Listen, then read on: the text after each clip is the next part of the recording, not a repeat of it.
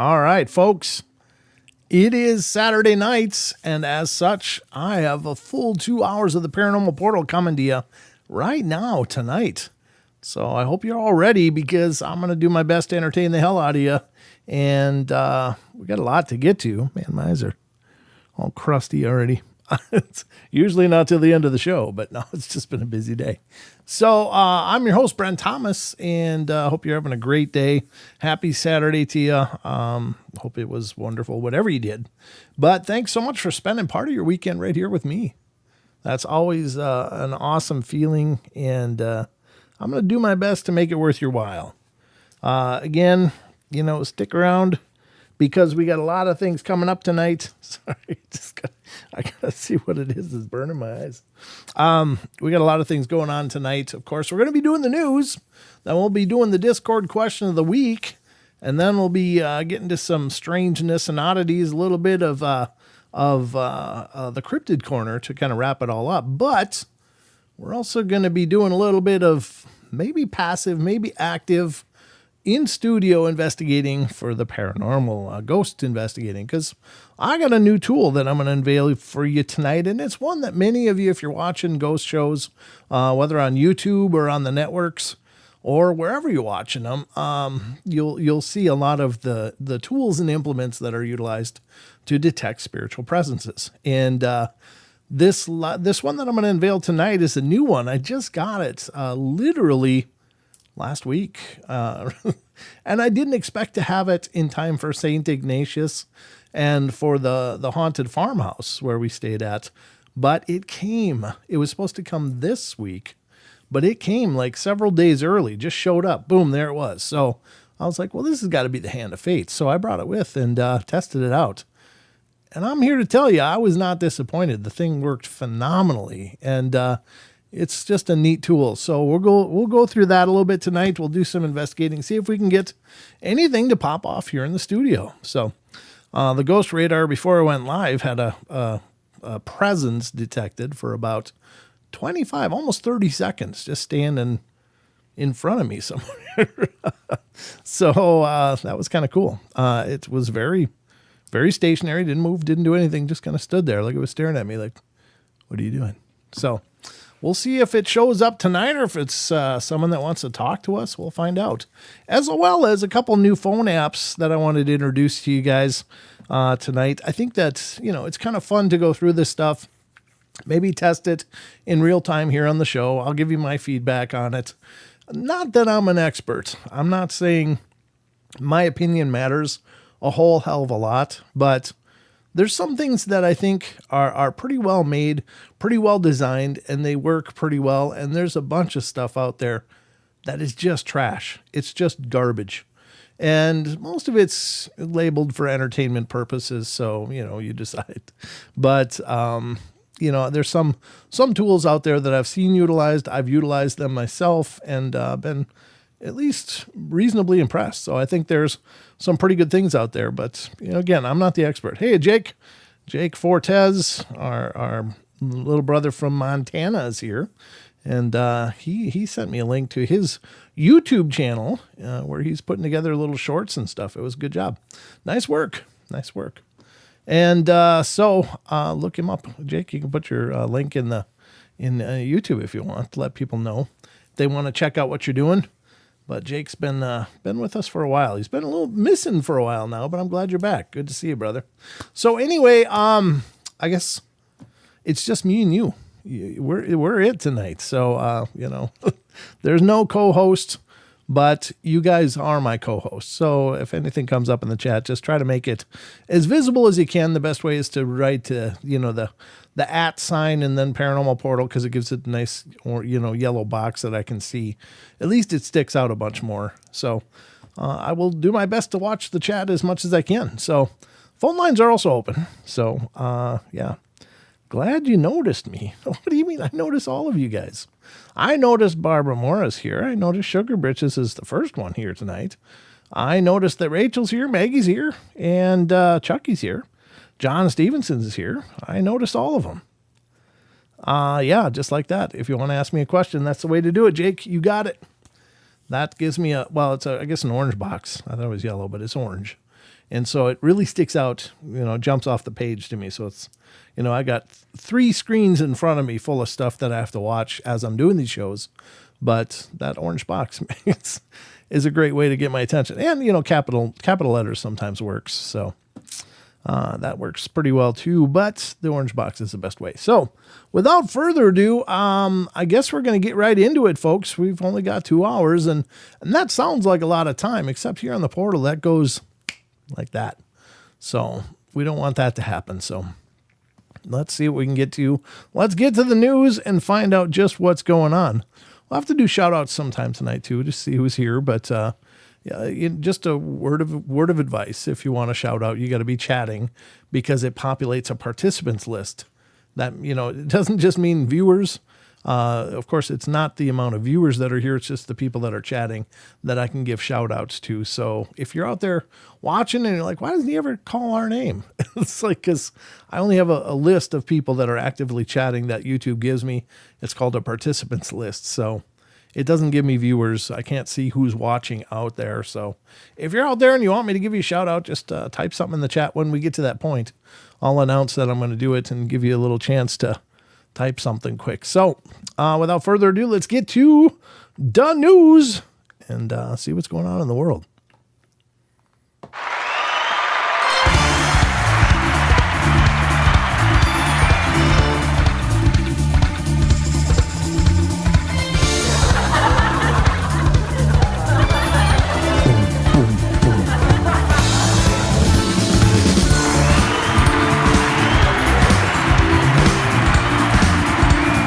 Chicken, brown cow. Thank you, Don. Brown chicken, brown cow. I saw a joke today, and in honoring Don's participation in our world. What did the grape do when it got stepped on? Anyone? It let out a little wine. Thank you. It let out a little wine. Yep. I don't know. I don't write these things. I just saw it today at the store. I was like, oh, that's cute. So I don't usually remember jokes. So if I bring any kind of joke, so that's the best I can do. That cracked me up, though. It was on a little gift set for, Christmassy stuff. They're already bringing out like Christmassy gift sets. So those bastards. God, they want me to separate from my money in a bad way. But anyway, let's get to the news. Welcome to the Paranormal Portal News Desk. As always, I've done my best to find you articles that I think are interesting, at least. Sometimes they're actually paranormal, and sometimes they're just, that's kind of cool. So we'll see what I got tonight. I honestly don't even remember. I just went, ooh, that looks cool. I just go through this list of headlines and I'm like, oh, that one looks good. So let's see what I got for you. The first one up.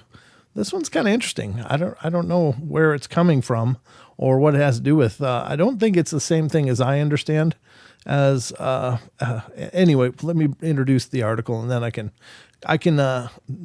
editorialize it a little bit. But from unexplained-mysteries.com comes our first story tonight. Please support this site. I say it every night, but I couldn't mean it more. These guys are amazing. This TK Randall, who is the person that, I guess, does every article, at least every one I've ever opened, it says by TK Randall. So if TK Randall's a pseudonym for a whole team of people, or if it's just one person, if it's one person, I'm absolutely amazed. This person's incredible. They are clearly a very busy person, but if it's a team of people, they're doing a hell of a job either way. But unexplainedmysteries.com is a great site. So check it out. This one is the first article tonight. Fairy circles are cropping up everywhere, and nobody knows why.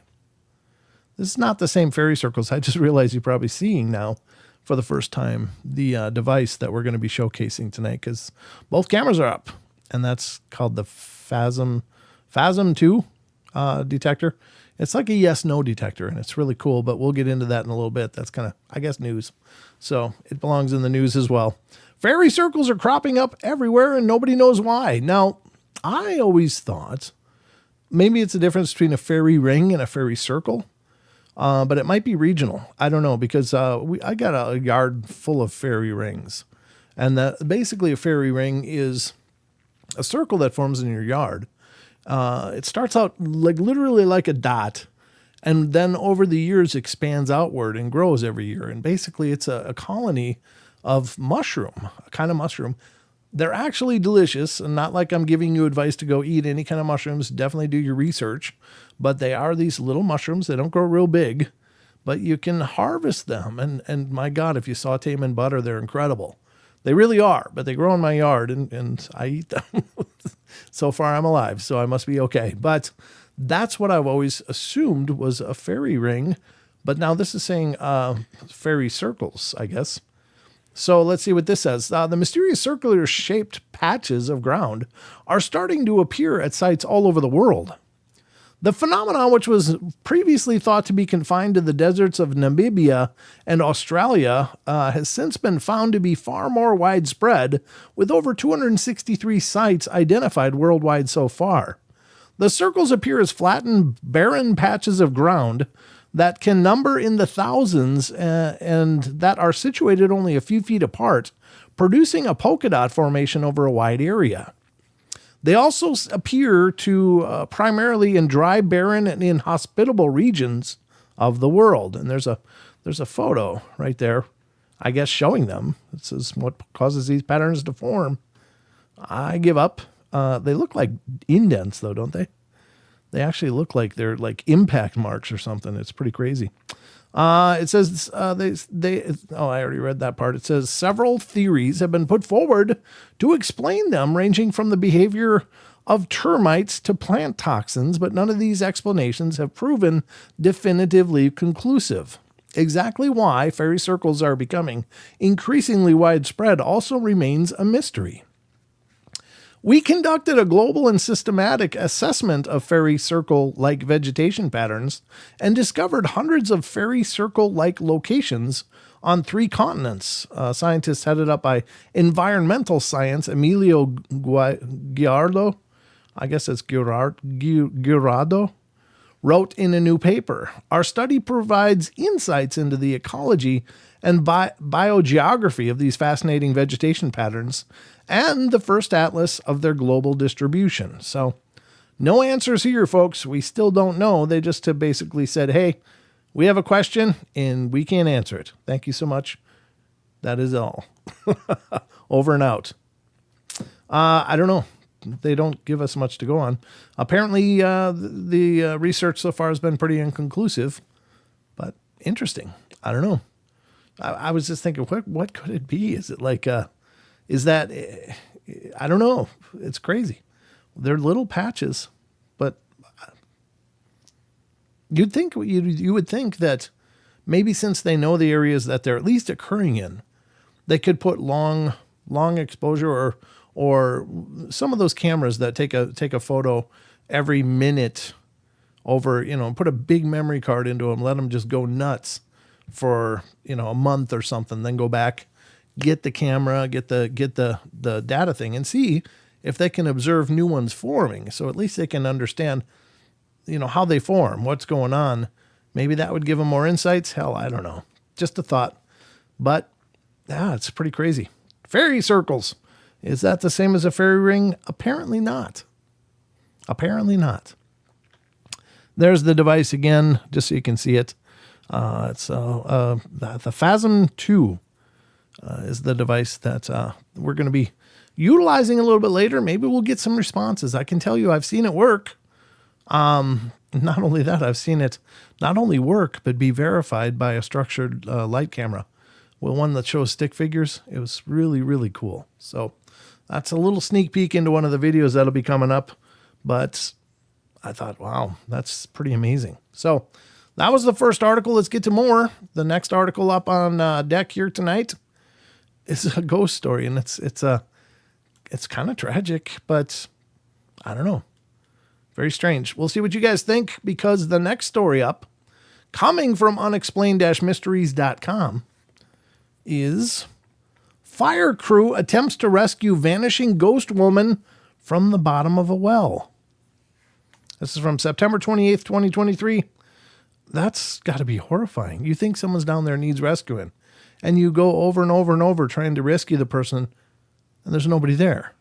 Oh my God. Firefighters even spoke to the woman, but when they reached the bottom of the well, nobody was there.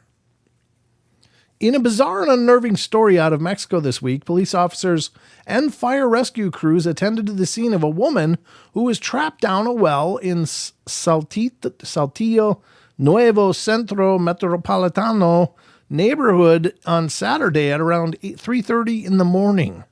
To confirm that she was all right, officers called down the well to ask her what her name was. Juanita, she repeatedly called back from the depths. It took quite some time, but the rescue team was eventually able to obtain the necessary equipment to lower a firefighter down to the bottom of the well to reach her. To their surprise and dismay, however, when they got there, the woman was nowhere to be found.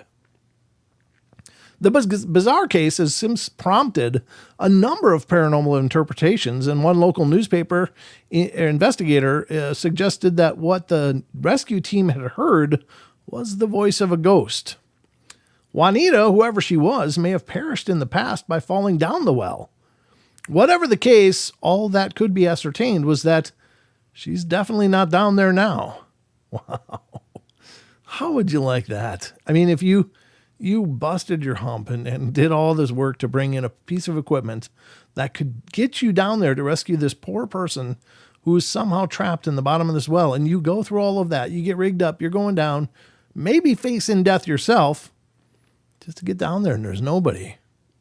And then to be down there knowing there was nobody there after you'd been talking to them. That's like chill factory right there. It's like, gives you the willies. Obviously it's something intelligent. I suppose, the paranormal explanation is just about makes the most sense of anything. I don't know. Unless there was somehow, they were just scammed into going down there. Maybe somebody had a little speaker, but who's going to go to all that trouble? I don't know. You be the judge. But that's the second story, and the last story in the News Fest of Fun tonight is coming from, again, unexplained-mysteries.com. And this one's probably another disturbing one, really, because this stuff really bothers me. It's like the quest for science to discover is just this tenacious appetite. And again, it's kind of like the Jurassic Park thing. You spent more time wondering if you could without ever asking yourself if you should. And this is one of those stories to me. It's like, really? Do we need more? Because this story is deepest virus ever found discovered in the Mariana Trench. Deepest virus ever found discovered in the Mariana Trench. Well, let's bring it up and just study it. That'd be a great idea. All right. Let's see what it has to say. Scientists have identified a virus that lives in the sediment some 8,900 meters beneath the surface of the ocean.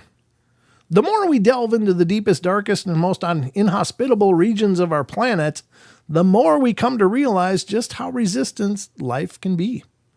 The deepest parts of the ocean, in particular the depths of the Mariana Trench, demonstrate that life can find a way to eke out an existence almost anywhere, and scientists are still discovering new organisms all the time that have found a way to thrive at extreme depths.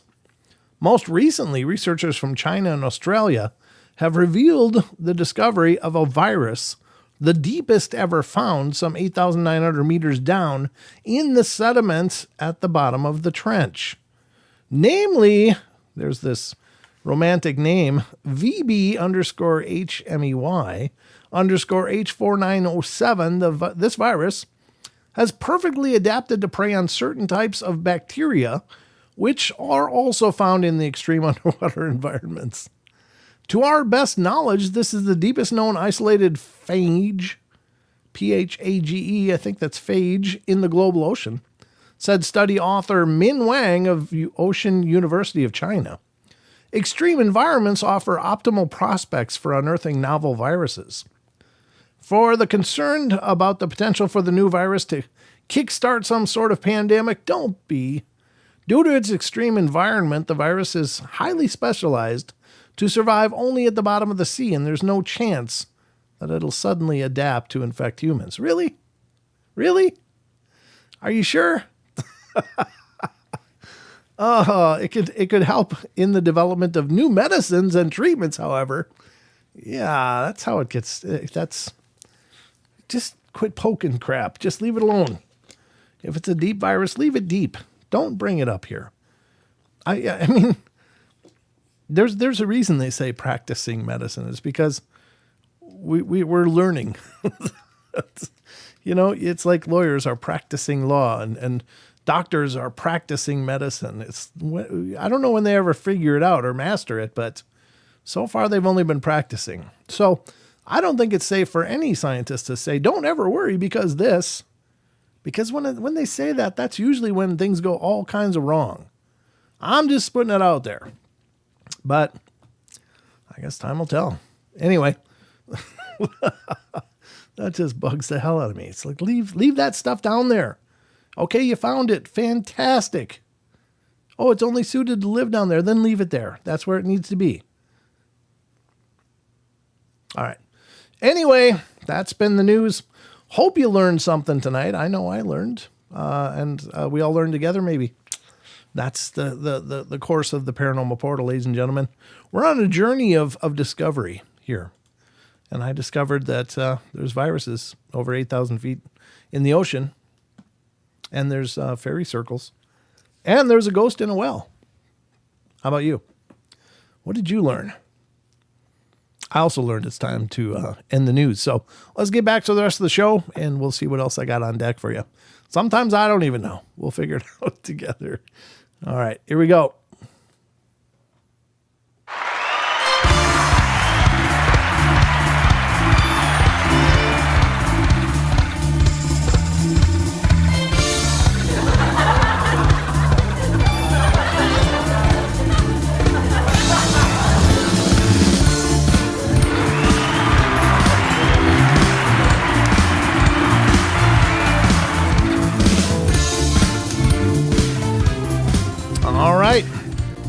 That was the news, folks. Hope you guys enjoyed that.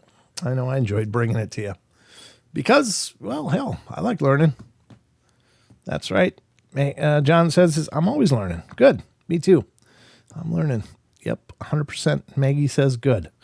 Okay. What's a fish without an eye? Fish. Fish. That's cute, Jake. Nice job. Well done. Well played, sir. Well played. Always time for a good joke. I learned if I get answers back from a ghost and ask them if they... What? I got this damn heart in the way. I can't read everything you said there. Barbara, I got to scroll it up. Hold on. I'm going to do ... So if I learned if I get answers back from a ghost, ask them if they can text me instead. That's funny. That'd be awesome. Actually, that's one of the apps. It's not really. But it does text generation. So that's good. Well. All right. I guess we're going to move to the next segment, which is one that I've loved. But okay, here's the thing.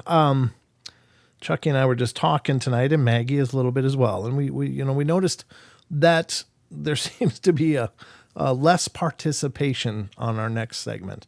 And this is the Discord question of the week. And far be it from me to include things on the show that are not being as enjoyed by the community as I enjoy them. And so I don't know if you guys aren't as interested in the questions of the week or if there's some other reason, but I've noticed the participation is really dipping on it.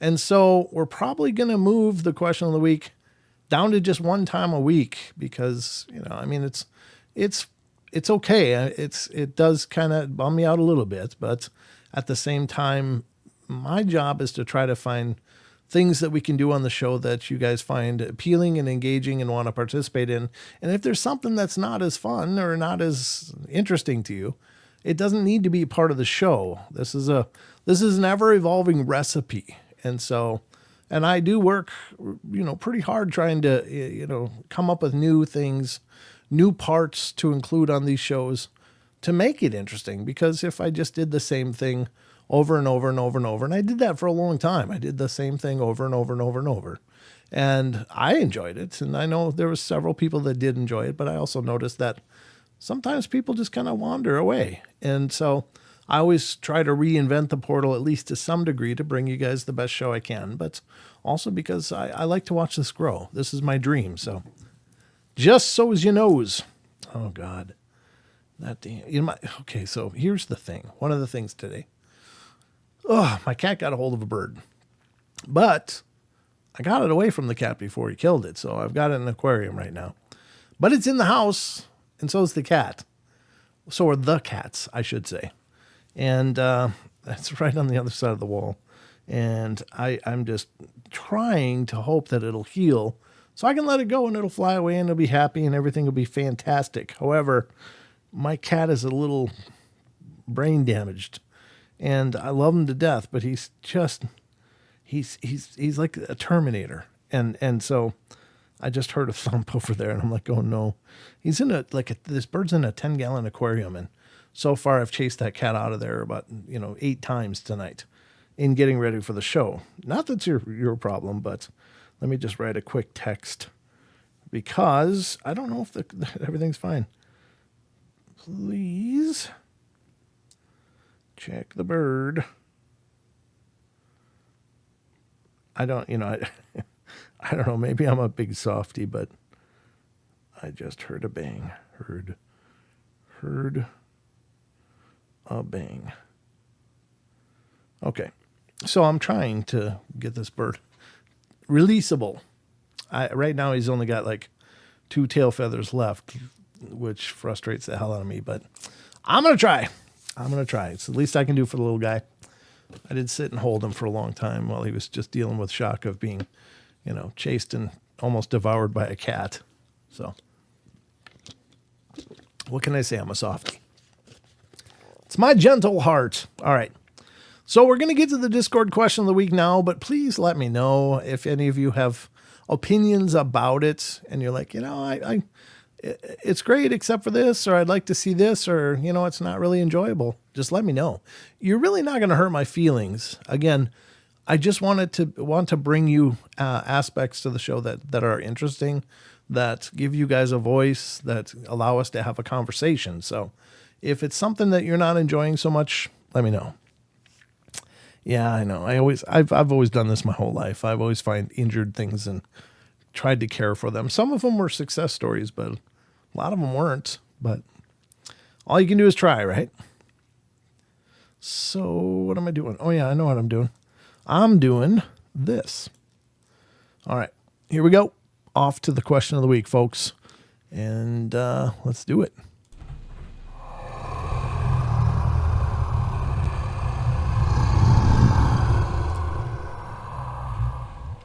All right, ladies and gentlemen, welcome to the Discord question of the week.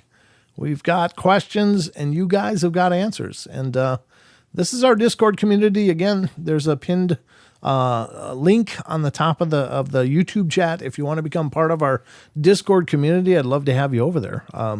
There's just such a phenomenal group of people over there. And it's a place I wish I could spend a lot more time in because I really love interacting, corresponding with you guys off air as well. It's just I'm got a lot of candles burning right now, so my time is absolutely very, very, very sparse. But it's neat to check in there from time to time and see all the things you guys are talking about.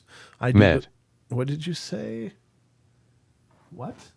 It says M-A-T, like a mat. Okay. Matt. All right. The ghost box says Matt. But, it's a great community. The chat is always ongoing over there. People are sharing links, information they're finding. For the rest of the community, it's really cool. Yeah, Matt. It was Matt. M-A-T. So, this is the Discord community. And here's the discussion threads over here. All of them. And the one we're interested in right now is the Discord question of the week, which is right here, questions of the week. And special thanks to Chucky for continuing to stay on top of this. I really appreciate all your efforts, brother. And Chucky's turning into a paranormal thesaurus. I mean, this guy is an encyclopedia of things I've never even heard of. And I've been doing this for a decade easily, easily a decade. I've been pursuing knowledge in this. I've been doing a show for going on 8 years, but man, it's incredible. So thank you again, Chucky, for all your work on this. It's just awesome. So here's the question of the week for Saturday's show. There are a variety of different forms and kinds of skin shifters. Mermaids, werewolves, not deer, etc. What do you think is going on here with the mechanics of skin shifting? Sub question for bonus points. Do you think Dogman is a skin shifter or its own creature?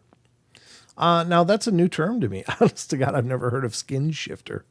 So to me, it sounds like a transformative kind of thing, that it can shift from a form to another form. I'd not heard that mermaids could do that. I mean, there's the Little Mermaid, but is that, can they grow legs? Is that really mermaid lore, or is that just some Hollywoodization, or is it based in folklore? I don't know. So, this is a new concept to me personally as well. So I was like, wow, I don't know. Pretty interesting.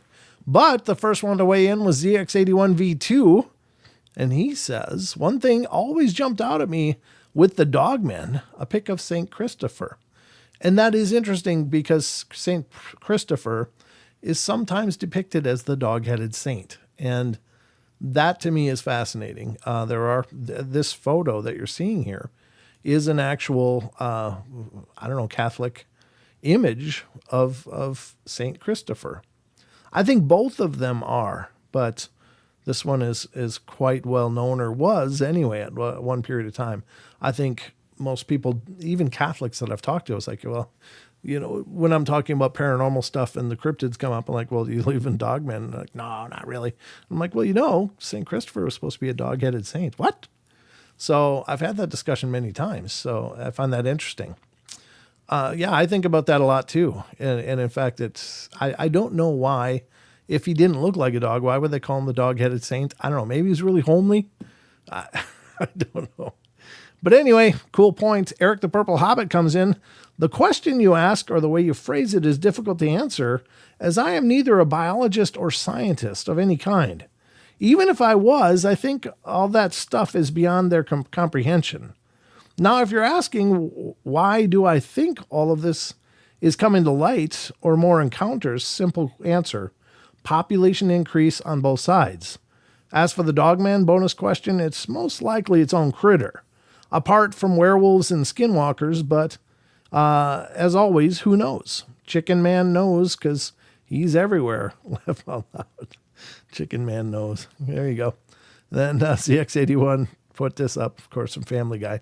Some of the classic 5-minute fights between the chicken and Peter. If you're not a Family Guy person, that won't make much sense, but if you watched it, you can appreciate the beauty of that segment right there. All right, and last up is Rachel, and Rachel wrote a bunch. I think all witnesses are seeing different entities. Some might be strange interdimensional creatures that have biological properties that include some humanoid elements. Some might be skin shifters. On the mechanics of skin shifting in popular fiction, it's biological. Somehow a physical transformation occurs. If it's a virus or a curse from some powerful, unseen ancient magic that forces its willpower onto the flesh of the body, like the collective mind power ordinary people to manifest a tulpa, which weaves a being into existence, or some entity that reads the collective unconscious and takes on the costume of the group imagination. Good points. Wow. This powerful force, which... Oh man, that's a big block of text. Let's use paragraphs. This powerful force, which may be an ancient god or something else, has the ability to shift flesh with either the possible consent of the shapeshifter themselves, or through the curse that's placed upon the person, not giving the person a choice. All were beasts the world over. Another theory, skin shifters have developed the ability to walk between worlds. Let's agree for argument's sake that the multiverse exists, and that within each universe there is a slightly different version of ourselves, or a very different version. A skin shifter could connect with all other versions of themselves. Could some of these versions be of animals, wolves, cats, not deer? Could they possess the body of these distant brothers and sisters and pull them into our universe? Now, if they could possess the mind and pull the other body into our universe, could they have developed a way to shift the frequency of their bodies on a quantum level to then enter the other body too? Everything is made of mostly empty spaces. If they have trained their minds, could they shift the frequency of their own body to phase and absorb into the animal body that they pulled from the other universe? About the dog man, I think it is its own creature, but there's a lot more to it than just a humanoid dog or wolf. That is a profound group of ideas. That's wonderful. Very cool. Yeah, I would have never thought of any of these. So that's pretty fantastic.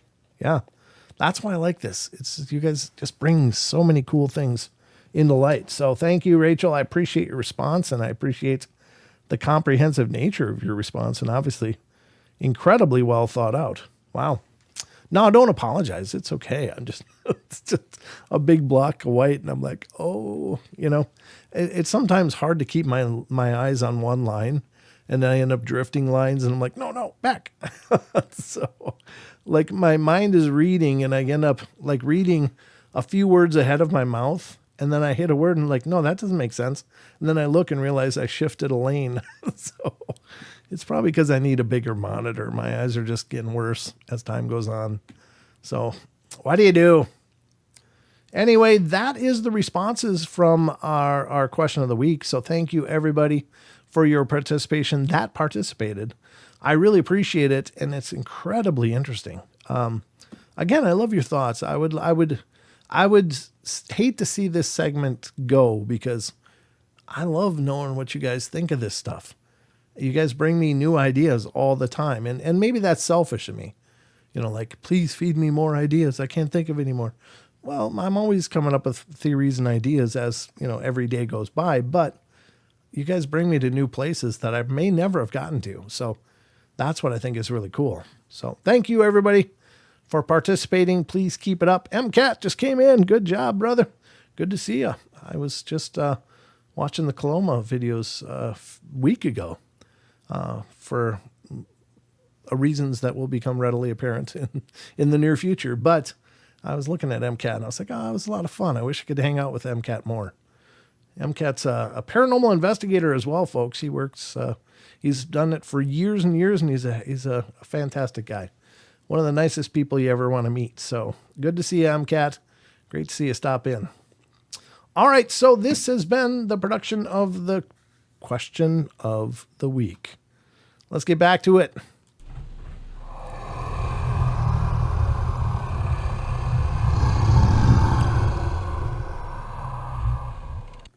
All right, I'm going to do some shout outs here because, well, hell, there's been plenty of time, and we can see who's chatting out there and who's watching. If you want to shout out again, take a moment and just type something in the chat, a hello or something quick. That would be good, because then I'll be able to give you a shout out. It'll populate my list of participants. And then a little bit later in the show, we're going to do some actual investigating here in the studio. Some of the times, if you haven't watched this, nobody can guarantee you're always going to get a activity. In fact, more than likely, most of the time you won't. However, we've done exceptionally well in the studio here, right in my own home, which is maybe a little disconcerting in some regards, but I don't think it's anything horrible. It's not turned into anything ugly. I do pretty regularly cleanse this space and all the spaces of my home. But it's been pretty profound. If you haven't watched any of these real-time investigations, we've got some incredible activity over the times we've done it. Now, I was doing it quite regularly for a while, and I've kind of backed away from that because I think it was kind of my talk with Portal Mom, and she really made me see. I was like, well, if I'm just showing the same things over and over, even though the activity is in profound every time. I mean, I give you my word, my vow before all that is holy, that whatever you see on the show is actually what's happening. It's not being manipulated in any way. So if you see something paranormally occur on this show, it's happening to me as well. I mean, it's real. I'm not staging things for clickbait or for attention or anything like that. I refuse to. I just really believe that this stuff is important. I really believe this is a very real phenomena. And I think we've demonstrated that through some of these shows.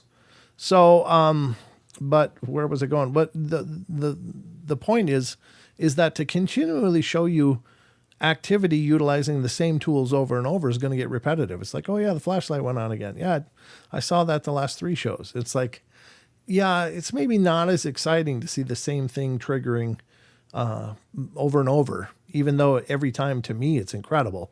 I can't expect you guys to be, as enthusiastic about that same thing over and over.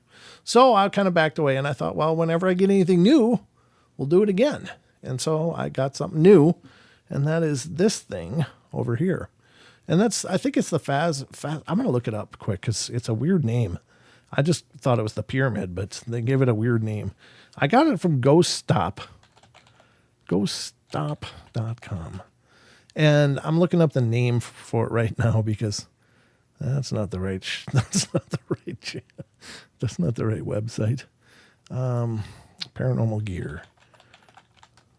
Paranormal investigating gear.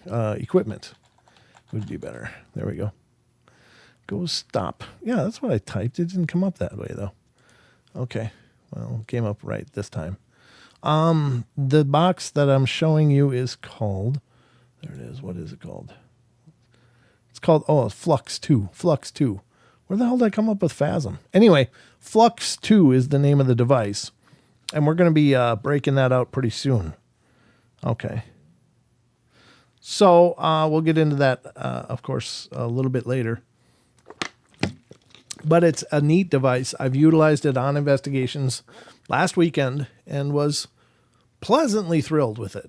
So I'm hoping something will trigger it tonight and you can see it in action as well.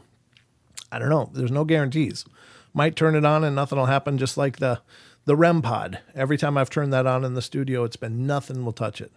Unless I go up, stand up, and then something like runs away from the equipment and hits it on the way by or something, just quickly like, and then that's it. That's the only thing the REM pod will do here in the house. I don't know why, but whatever's here doesn't like the REM pod much. But maybe it won't like this thing either. But all we can do is try. And we'll talk about some new apps that I got as well on my phone, discuss them, test them out as well. We'll see. So that'll be coming up in just a minute, but let's do some shout outs and see just who's here. Where's my chat stuff? Let's do this and this. Okay. Let's see who's participating. All right. First up, we got Batman. Chasing Mound Builders is here. Chucky Danger, Cool Hand, is here as well. Elaine Clifford is here. Great to see you all. Thank you so much. Geeky Gardens is in here. Huru TV is here. Good to see you. Thanks for stopping in. Huru TV. Sounds good. Yasu Reloaded is in here. John Stevenson is here. John Temprin is here. Karen Alberding is here. Lucky Gypsy 13 is here. M Cat's up in the house. Maggie M10. Marie Daniel is here. How you doing, Marie? More of this, more of that. That's Barbara. I'm here. Rachel Gets It Right is here. Renee Cruz is here. Rick Wagerson is here. And Weapon X5. Great to see you guys. Those are the people chatting currently. If you're chatting and I didn't say your name, or you want to hear me say your name or struggle to say your name, depends on how it's spelled, please say something. But that is the participants. So I wonder why I'm going to go back. There it is. Finally snapped up. There we go. Love the Portal family. We love you too, Marie. Thank you so much. All right, let's get to the next little segment we're going to do, which is it's a continuation of an article. What time is it? 7:45. Maybe we should start it now, actually. Let's start it now, and we'll keep it up on screen. We'll see what happens. Hold on. I'm going to try to do this with my headphones on. Got to reach over. There we go. Now, this is the device. It's apparently they make each one by hand, so it's not like a mass-produced anything. And when I first got it, I wasn't sure it was working right, and then I realized it was working exactly right. But you'll have to wait for the video to learn more about that.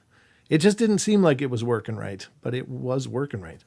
So I got to turn it on, and basically what this is, just to give you a little background on it, this is not really measuring EMF.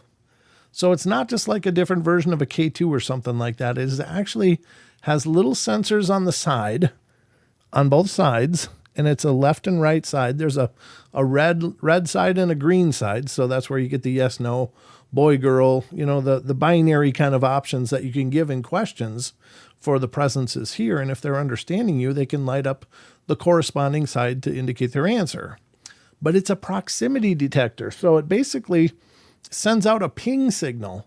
And if something interferes with that, it triggers the device, but it's got to be relatively close to the device. The proximity is very close. So if it triggers, and if a light triggers, it takes 20 seconds to reset. However, it can answer more than once quicker than that, but it won't reset to the slowly flashing blue until 20 seconds has passed. So I'm going to turn this on, and we'll open the invitation to any positive and wonderful spirits, nothing dark and negative. I'm turning it on. I'm going to put it over here while it calibrates. Let it calibrate. Okay, so now it's all calibrated and it's sitting there. I'm going to use my hand to show you how close I have to come to trigger this. Oh, that's kind of far away, actually. But it is, I still have to lean over. Let me do this, too. All right, I'm going to turn on Don's mic as well, because I want you to hear that beeping, because that tells you how close something is.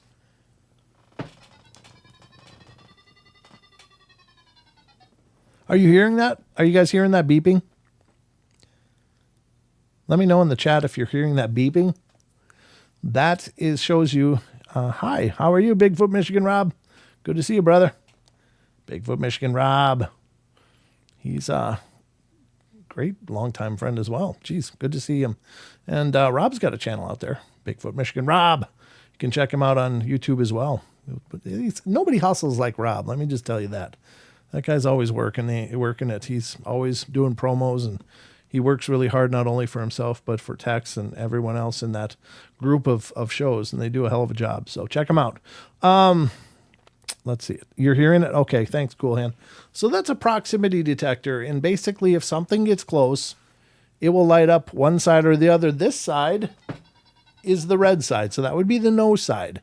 The opposite side, away from me, towards the wall on the other side, would be the yes side or the green side. And that helps you know not only how close is the activity, but it lets you know whether it's a yes or no. Is there anyone here that would like to communicate with us? If so, please move towards the one side or the other of that device to make it trigger. And we'll see. We will see. Now, I do have some other devices here that, my phone just started dictating. Stop that. How do I stop that? I didn't turn that on. I just picked it up and it started dictating. Come on, stop. What in the hell are you doing?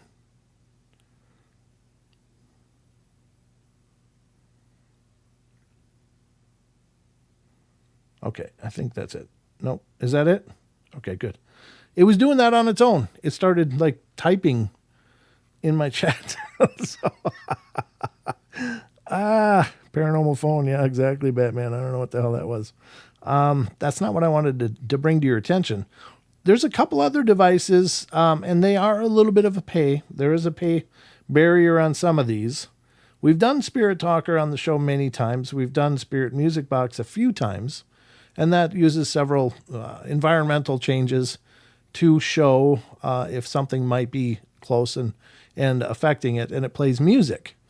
The newest one, and this is incumbent upon you having the right phone model, but I thought this is a neat idea, and it may be kind of an SLS kind of approach, but this is called LiDAR. Now, my phone does have LiDAR on it, and this is what a LiDAR display looks like. You can use it to scan things, like it should be showing me right now. That's me in the LiDAR. That's my microphone. What is that? Why is there a ball in the way? I can't really see. What am I doing? It should be changing. Why is there what's that blue blob in the middle? I don't know what the hell that is. I'm going to do this and look at it. I don't see it now. It's not there. Is it there now? Okay. I guess my head's a blue blob for some reason. There's a light reflection from my ring light there. But this is LiDAR, and basically it scans the room. And it actually gives the possibility it might be able to map another presence that you can't see, but may actually affect the LiDAR. And LiDAR is a great scanning tool. I'm here to tell you it's probably going to revolutionize Bigfoot research, because when you come across tracks out in the field, you can't always cast some of them, depending on conditions, depending on slope, depending on a number of factors. But what you can do with LiDAR, and this is another application that I have of LiDAR, I think I've shown it here before on the show, but this is Sheldon. When he was here, he bought one of the casts from Dr. Jeff Meldrum of a pretty epic trackway that was discovered, and he bought this cast. What I did was I scanned Sheldon's cast and can look at it in 3 dimensions, and I can examine it and I can measure it on my screen from top to bottom, left to right, side to side. And it could actually theoretically be used on a 3D printer to recreate this exact track. So that's another application for LiDAR. So, this is the 1982 Grays Harbor, Washington track. So it's another application for the LiDAR. And I think, again, LiDAR is going to do a lot to revolutionize, or at least make recording of trackways and stuff so much more accessible to someone that may not be good at casting. The environment may not lend itself to providing a casting situation, whether that's from the rain, what's going on in the weather, or if it's the location. That's a yes. Yes. Okay. It surprised me. I'm like, I thought it was a smoke alarm at first. I was like, what?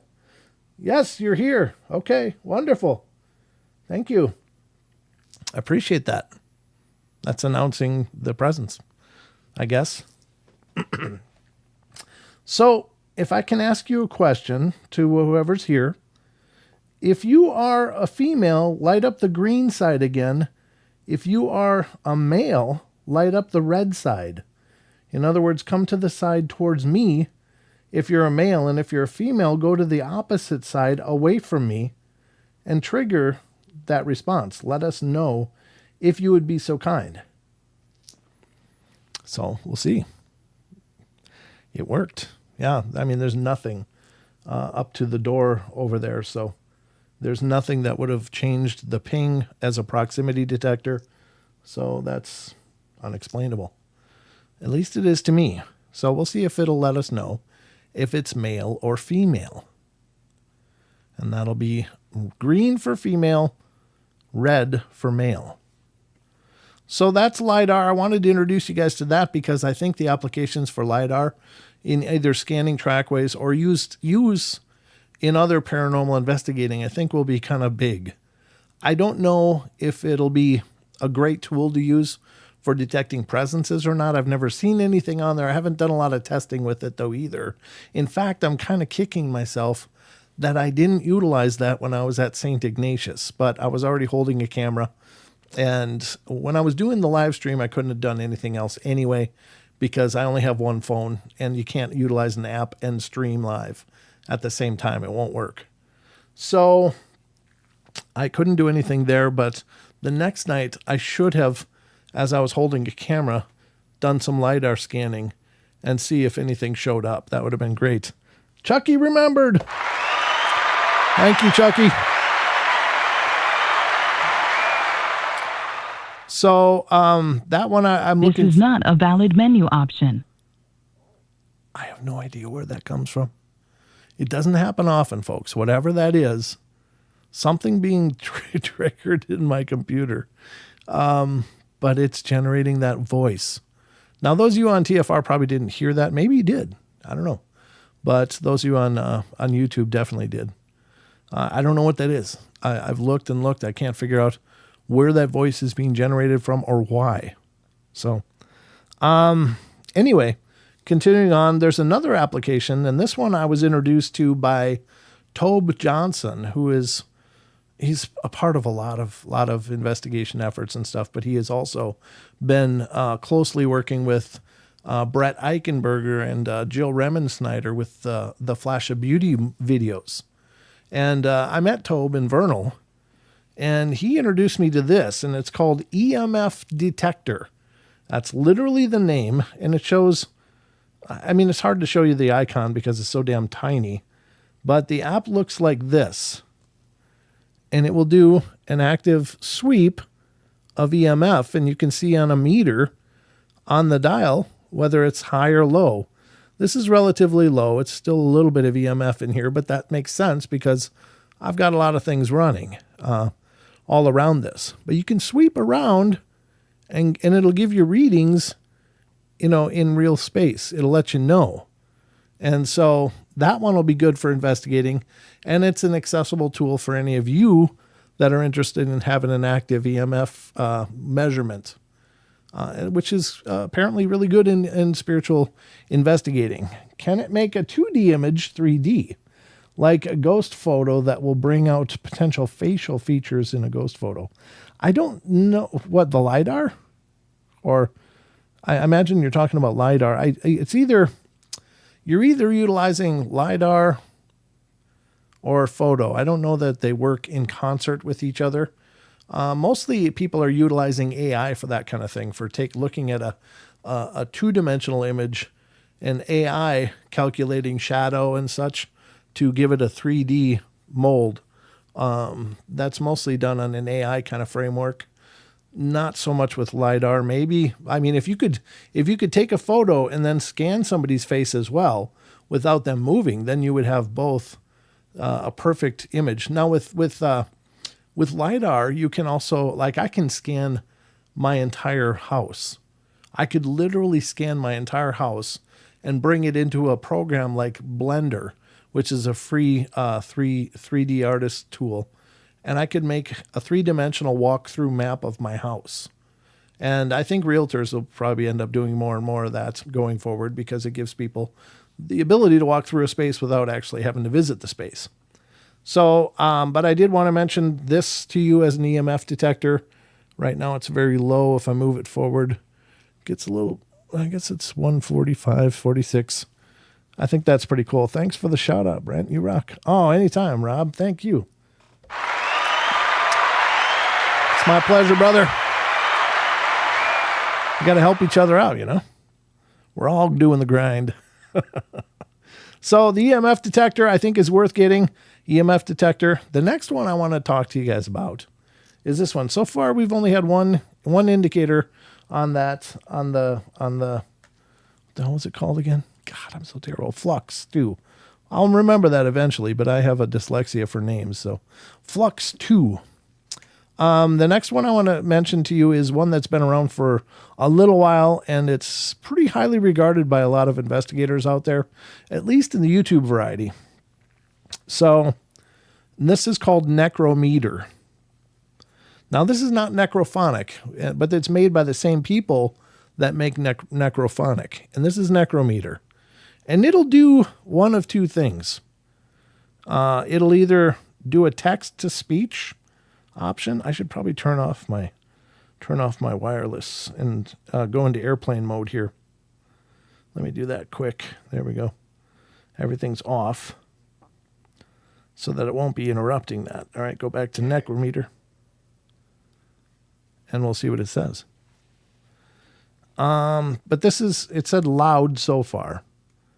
Apparently, well, I got to get it on. What the hell was that? It says the number is unclear. Okay, that's the next one. I don't know what that means. Incubus, but it says in all these creepy voices too. It's just I kind of like a Spirit Talker better for that, because Spirit Talker has that female voice. Like, oh yeah, doesn't sound so. Ectoplasm. So I've not used this much. Now I will say I think there is a correlation between. Just don't start messing around with the Necronomicon. No, I don't even know if there is a real Necronomicon. Leave it. Yeah, I would leave it. I wouldn't mess with the Necronomicon. I don't even mess with the fake one that's out there. The Mad Arab and all of that. Yeah, that's pretty creepy stuff. Snow's coming, unfortunately. That's horrible. So if there's any spirits here, you can either talk with me through this tool that I'm holding. You should be able to generate words, possibly, and communicate with us. Either that, or you can go over to that device on the table, and if you come near it. What is my name? My name is Brent. What's your name? Can you tell me your name? Wait and see. Wait and see. Okay. All right. We'll wait and see. Scorch. Your name's Scorch? No. Oh, okay. No. It's What's Scorch then? What did Scorch mean? I was just wondering what your name was. Not what does Scorch mean? That was like several things all in a row, though. That was kind of a burst.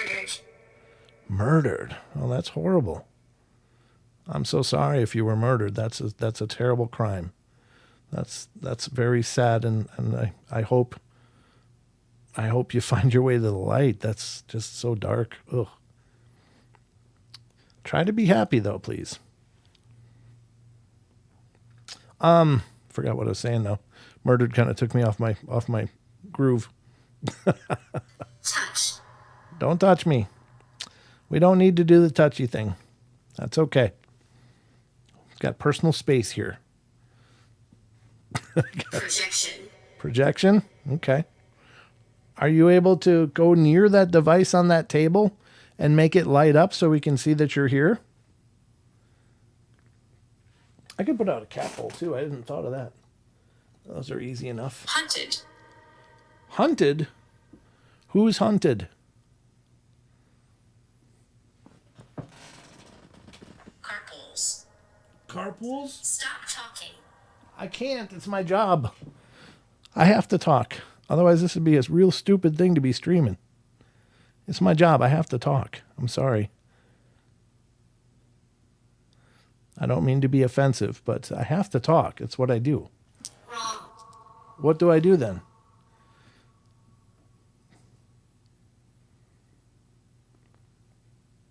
Okay, well, just being contrary, I guess. All right, I'm trying to watch the chat too, but now there's a cat ball over there. We'll see if that gets triggered or the device gets triggered or both. I didn't put out a flashlight tonight, but I could have, I guess. I mostly wanted to showcase this new pyramid thing and see what happened, because we've done real well in the studio. Evil Dead. Evil Dead? I only want to talk with the happy dead. The Evil Dead can't come in my home. It's not welcome. Only the happy dead. There are others here. Okay. Well, I hope they're all happy, because I don't want any of the Evil Dead here.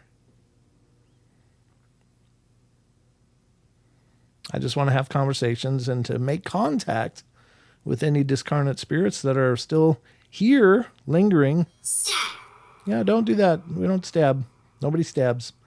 Again, it's the new device for me, so I'm always really, really on the fence about what is it saying? Is it relevant? Is it really valid communication? And most often I think not. I don't think so. I think it's just programmed to randomly spit out a phrase. Now, I think that with time and using it, that it becomes more potent and more reliable. But I literally just installed this a day or two ago and haven't even turned it on until now. So I'm not sure that it's actually something that is in sync with me, or I'm not in sync with it, but there apparently is a correlation between using a tool and its ability to be effective. I thought I saw a flash, but no, I must not have. So this, again, I just started using it, so Walk left. I'm not walking at all. I'm sitting. I have to sit here as well. So I can't walk right now. Thank you, though. So at this point, I'm not really putting a whole lot of credibility in what it's spitting out because Won't make it. won't make it. Okay.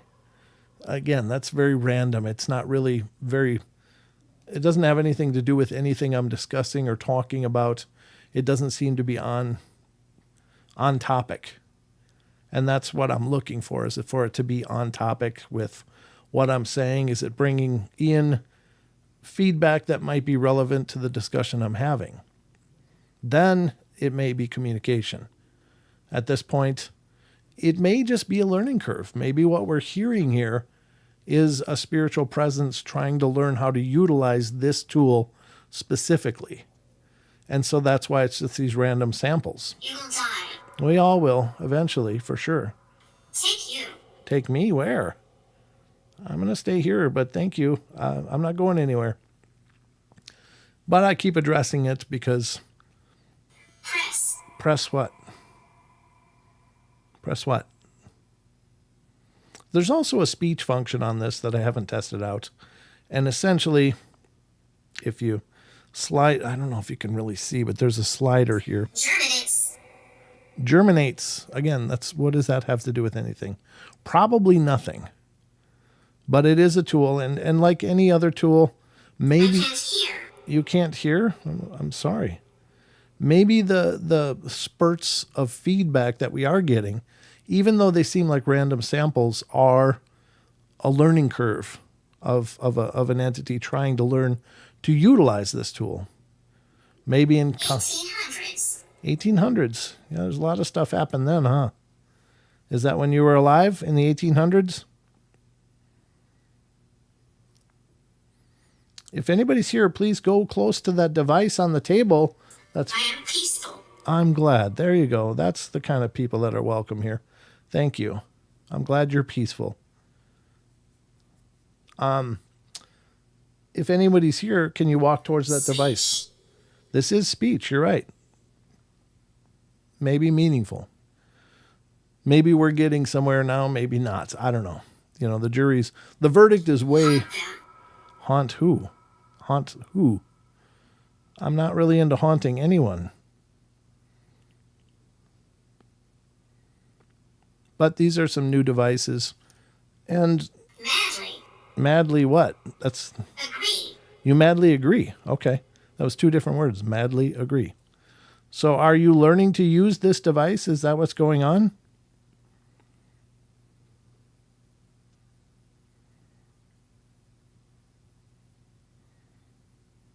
Let me know. Again, this one is called Necrometer. I know it.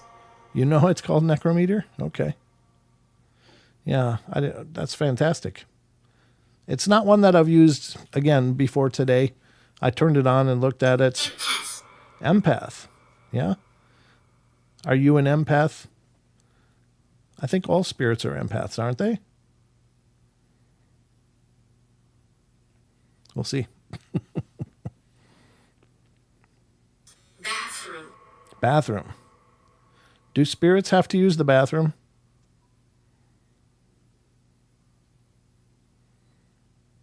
I don't think you probably do.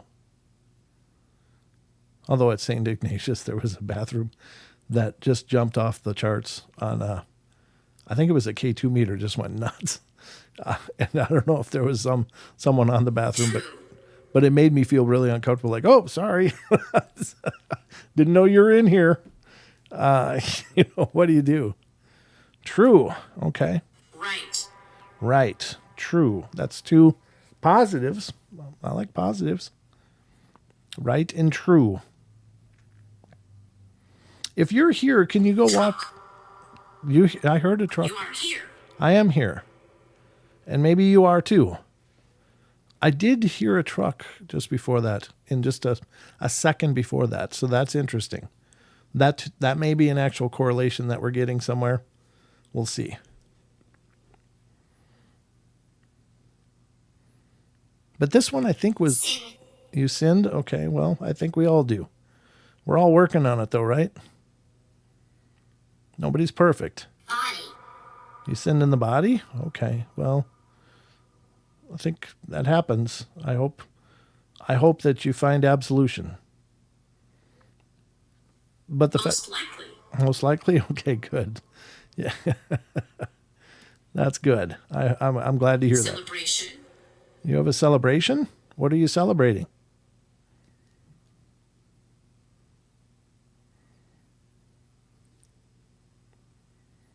Can you walk near that device over there if you're here? The one on the table. I'm going to demonstrate it for you. Jailhouse. This is not a jailhouse. It's just a house. I just don't leave much. I'm not in jail. Can you do this? What I'm doing? Francis. Francis. Okay. Hello, Francis. Is that your name? Can you go near that device like I just demonstrated with my hand to make it light up like that or beep? It won't harm you, but it'll let us know that you're here. Francis, can you do that if you're here? Is Peter here?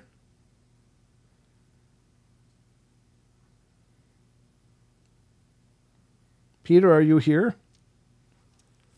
There was a entity you contacted about a month ago. 1960s. That was 2 words. Burned in 1960s. 1960s. Yeah, that was a little before my time. I just only made it into this place at the tail end of that. So, but I made what I think is pretty profound contact with some Crossroads. Oh.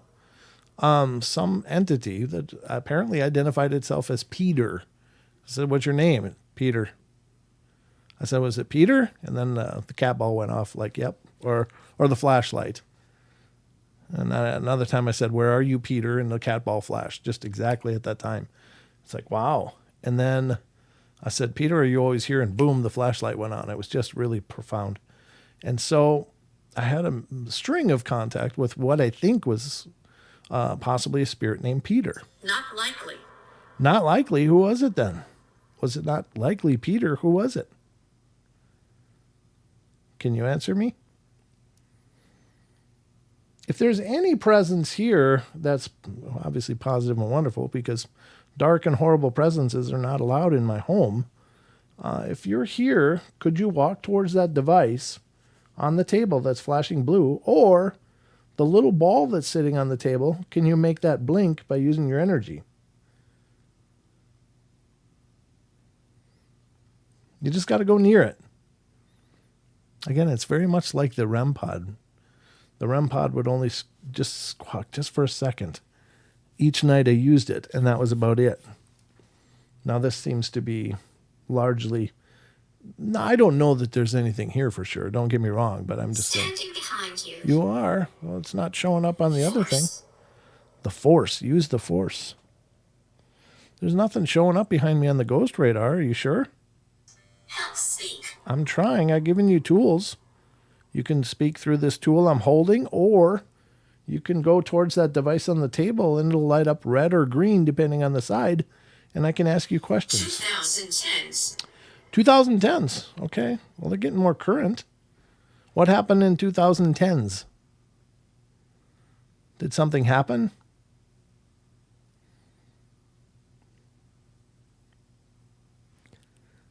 It didn't say that.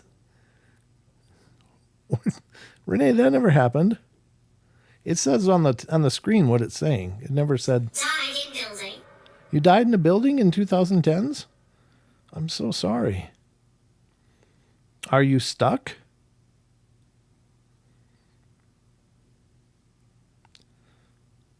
Are you stuck, or have you been able to cross over?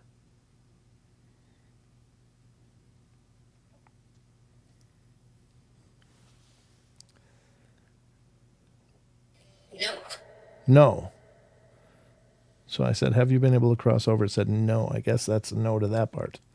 What is your phone settings of the K thingy when you were investigating? Did you figure it out?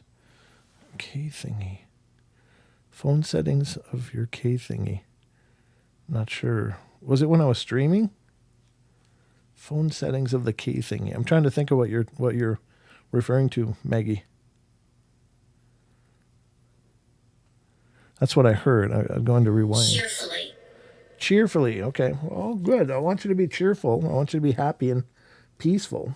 I don't want you to be suffering. Okay. I appreciate that, Renee. Yeah. I mean, it's putting everything on the screen. So it says the things I can still see. Answer what? Are you asking me a question or are you going to answer me? You could answer me by going towards that device on the table or the ball and making that ball flash. That would be great if you could do that.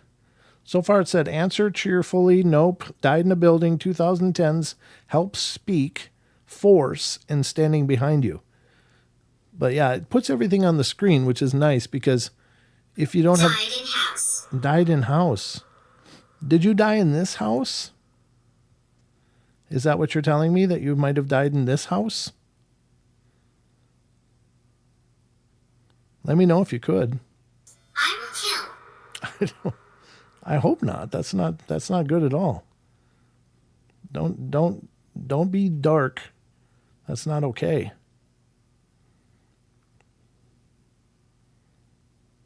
But yeah, everything is on screen so we can tell what has been said. 5. 5 what?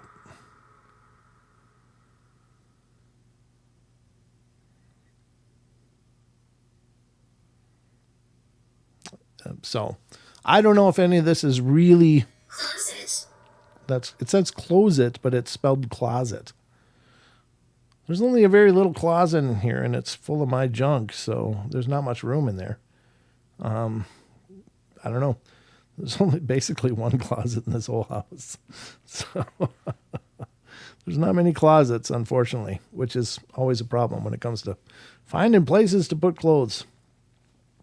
The green light's little device that goes up on a meter. Was your phone sitting? Oh. No, it wasn't. It wasn't. I was wondering about that too. Oh, you mean, oh, okay. Yes. The K2. Reality. Yes. Ground. Okay. The K2, when we were in that room and it was really flashing high. So my phone was definitely triggering in Rosie's room. It was definitely Dylan. Hi, Dylan. Is that your name, Dylan? Is that your name?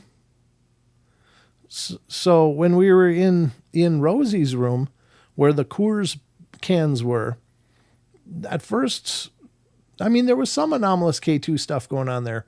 But as I backed off, it clearly became apparent that my proximity as I was streaming was definitely hitting those K2 meters. And it might be that there was a tower very close to that building. And so for that communication going back and forth, especially streaming, because that's a pretty heavy bandwidth application. So it makes sense that it was really hitting the K2s. As I backed off, that became less of an issue on the K2s. So in that room, I think a lot of the activity that we had in Rosie's room was hat. Yes, I'm wearing a hat. You're right. This is my hat. But however, the other room, when we were in where the broken mirror was, we thought maybe that was phones, but we tested with phones near that, and nothing seemed to be triggering that at their funeral. Okay. Did you have a nice funeral? That didn't seem to be the result of the phones. I'm No. listening to you. Are you? Okay, well, thank you. That's very pleasant. I hope you enjoy what I'm saying. I think that's incorrect. You're not enjoying what I'm saying. Is that what I'm inferring? Okay. Well, maybe I'm an acquired taste. Maybe you'll like me more if you just keep listening. When we were in the room with the table And Charles was getting huge spikes, and Don was also getting huge spikes. Initially, we thought it could be due to a cable on the other side of the wall. But in rewatching that footage, Brian. What about Brian? I know one. Are you telling me something about Brian? It's not an uncommon name, but... Or is that your name? Victoria. Victoria. I've known a couple of Victorias. When we were in that room, though, it doesn't seem, in watching that sun, in watching that material back, it doesn't seem to have been because of the wire on the opposite side of the wall, because the proximity was just too far to make it red line on a K2 meter. That was pretty profound. So I think Kelly, getting a lot of names now. Got Kelly, Victoria, Brian, so far. And then there was others before that. Brutal. Brutal. Kelly's brutal, or what's brutal? I'm going to move it over to speech and just see if anything comes up. So you can adjust the rate, rate, R-A-T-E. You can adjust the rate at which the sweep happens on this. Let me lower it and see what happens. No. Now it flatlined. Is there anyone that can answer me? See, this one does a robotic voice. I don't really like that. It's very ambiguous. Let me really whip it up. Let me put it on medium. I saw this used on another show, and it wasn't... This setting wasn't as... Yeah, it just sounds like a bunch of mess. I'll have to play with that a little more. But we'll go back to the sound, the catalog. God, I forgot what I was even talking about now. That's the problem with doing this. Is there any spirits in the room that would like to please approach that device? I'm beside you. Well, will you please approach the devices on the table so we can see if they're working? If you get close to it, it'll light up. It won't hurt you. It won't. Nothing that I'm putting out here will hurt you. You are not safe here. I'm not safe here? Where would I be safer? Where should I go? Okay, thanks. Jessica. Jessica. I should go to Jessica? Or is that your name? Good to know a phone can affect those devices. Yeah, with the K2... Need to speak. Who needs to speak? If you need to speak, go close to that device on the table so I can see that you're here. I can't see that you're here. You got to let me know if you're here by going close to the devices on the table. Either make that ball light up or go close to that pyramid that's on the table. I'm glad at least the one green light went off, though. So we're not going to do much more of this tonight. I wanted to do a little bit just to introduce you guys to these new tools that I'm testing. See what you think. Again, I think a lot of it goes with coffin. It's kind of a canned paranormal word. Of course, you're speaking to the dead, so coffin would be in a database somewhere. I wonder if Brent... I will kill. Yeah, you said that before. Don't do that. That's not okay. You can't kill. You're not allowed. I wonder if Brent had a book open on his lap so someone could look at it. Brent reads a sentence, and we see the next sentence is read out on the app. Just a thought. Yeah, if I trusted the app more, I would do that. Or if I've used it more. Jail. Jail again. Jail. Jail, yeah. I hope you went in jail. Carl. Okay. Okay, well, let's hope nobody's going to jail. That would be horrible. That's not a happy place. I don't know. Again, this is a brand new app. I'm just testing it. Amber. Okay, Amber. If one of the names that are listed are actually here, go close to that device so it goes off. So we have some indication that you're actually here. And that's, again, I know I've said that many times as we're doing. Shut down. I will be shutting down when the show's over, but not yet. You have to have more than one validation point. Leave me alone. Well, if you don't want to talk, you don't have to talk. I'm going to lower the volume on this because I think this is important to say. You can't just rely on one thing. One thing I see a lot on many of the shows is, oh, I moved that magnet. Yeah, there's a magnet in my case. When I move the case closed, I don't know if you can see that, but there's that meter on the top. If I move the case closed, it did jump way up. Now it's not doing it. Maybe, yeah, it is a little bit. Please go. I can't. This is where I live. This is where my home is. I can't go. But I think it's important to have validation points of many, many different methodologies, some more physically activated, some possibly energetically activated.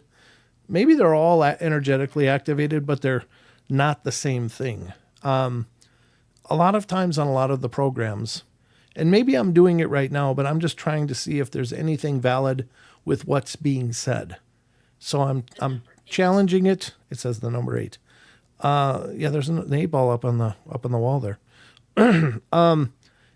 If it says something, I comment to it to see if there's a follow-up. That doesn't mean that I'm thinking everything that's coming out of this is paranormal indeed. I don't think much of it is at this point, other than the fact that I suspect this is a curve, perhaps a learning curve that we're experiencing here. It's trying to learn how to make this say words that it wants to convey. So maybe it's trying its energy to sample it to see if there's ways to, to manipulate the device. Here belongs to me. Something here belongs to you. Okay. Well, I hope you don't mind. I'll take good care of it, whatever it is. Okay. I promise I'll take care of it.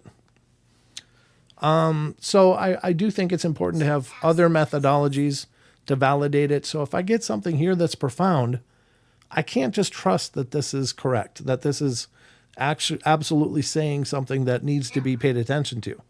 But if it correlates with one of the devices over there, like that, like it's a no, and I get a no on here, then don't go. I'm not going. Then that's a reinforcing what I think validation. No, I don't smoke cigarettes. I don't smoke cigarettes. I don't smoke anything actually.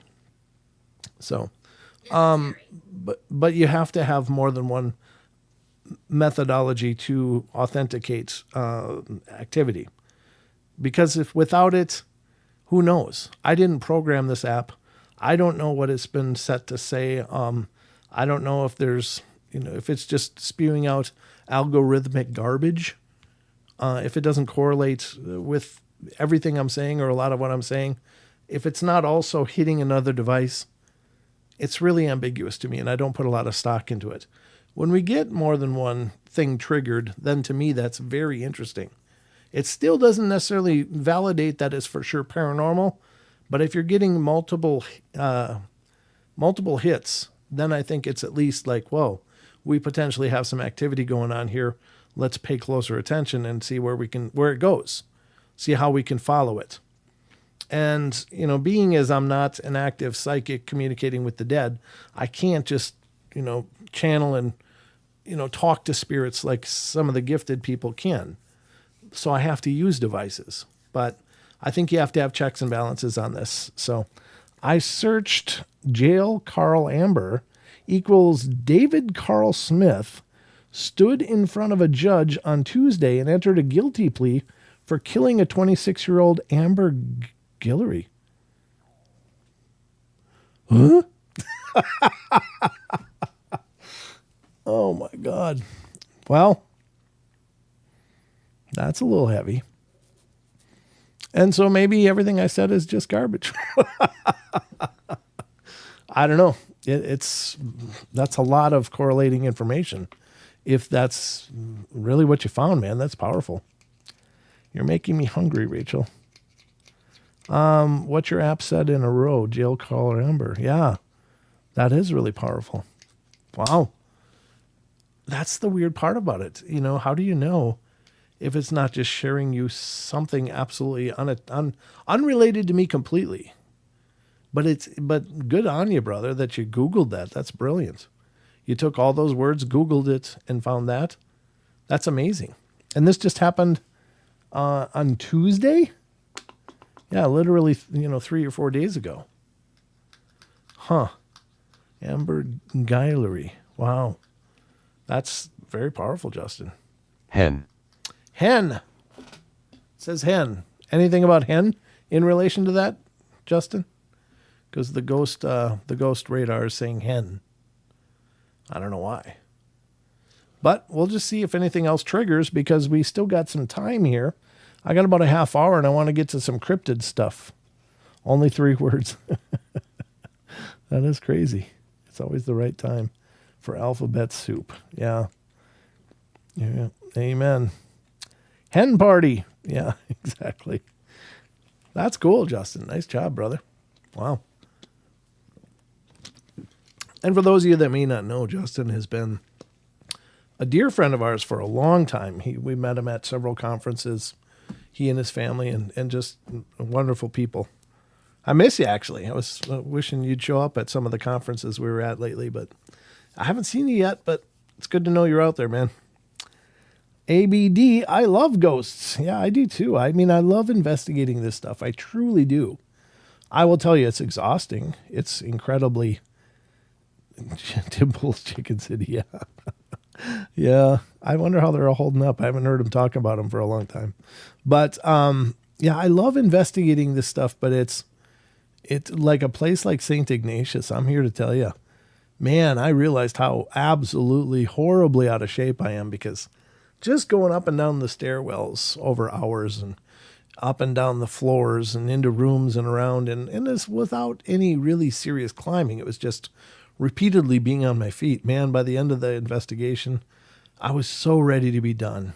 I was so ready to be done, because I'm just not a physical specimen, but I'm working on it. And I have another investigation coming up pretty soon here, so looking forward to that. Just got that ironed out very recently, so got another one coming.